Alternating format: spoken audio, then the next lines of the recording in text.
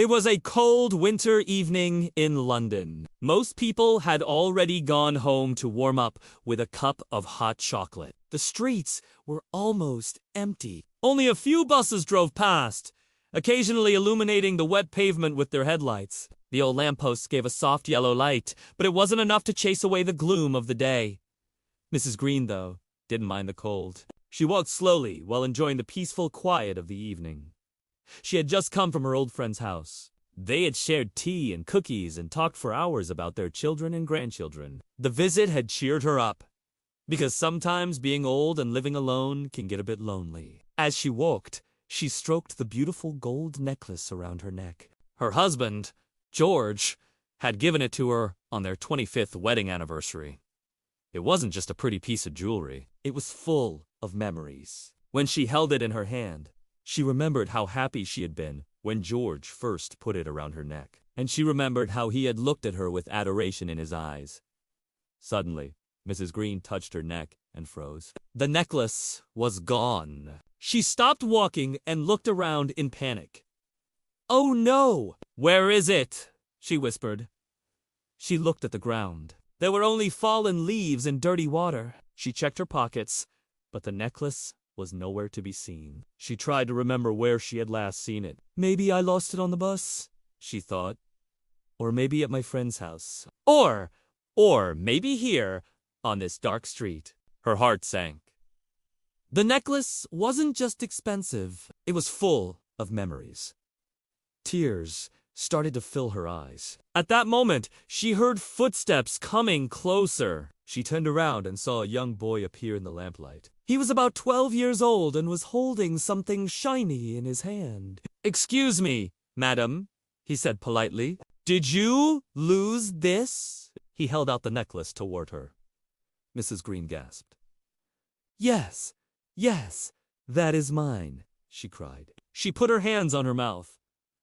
"Oh, thank you, my dear. I thought I would never see it again." The boy smiled shyly. "You dropped it? I think just a few steps back. I was coming home from the grocery store. My mother always tells me, if you find something, give it back.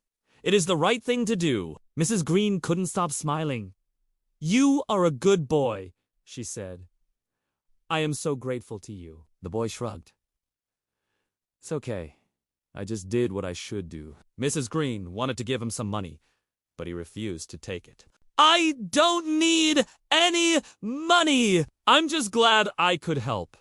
Mrs. Green walked home that night feeling much better. Of course, she was glad to have her necklace back. It wasn't just a beautiful piece of jewelry. It was full of memories of her beloved husband. But more importantly, she carried in her heart a new kind of treasure, the hope that even in a big city like London, kindness and honesty still lived in the world. When Mrs. Green got home, she hung up her coat and took off her scarf.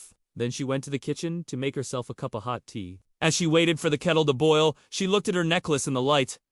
It glittered like 1,000 stars. "Oh, George," she whispered. "You would have loved our Boy Scout." She smiled, thinking of the young man who had returned her necklace. He might have been just 12 years old, but he had a strong sense of right and wrong. Mrs. Green knew that no one could take that away from him. She took a deep breath and drank her tea. It was hot and smelled delicious. She felt warm inside, not just because of the tea, but because of the kindness that lived in the world. She knew that somewhere out there, her husband was smiling down on her. He was proud of her, just as he had always done. The next morning, Mrs. Green woke up with a smile on her face. She knew that even if she lost her necklace again, the world was full of honest and kind people. And if she ever needed help, they would be there for her. She looked out the window. The sun was shining, the birds were singing, and the world was full of beauty. Mrs. Green felt grateful to be alive and to live in a world full of hope and kindness.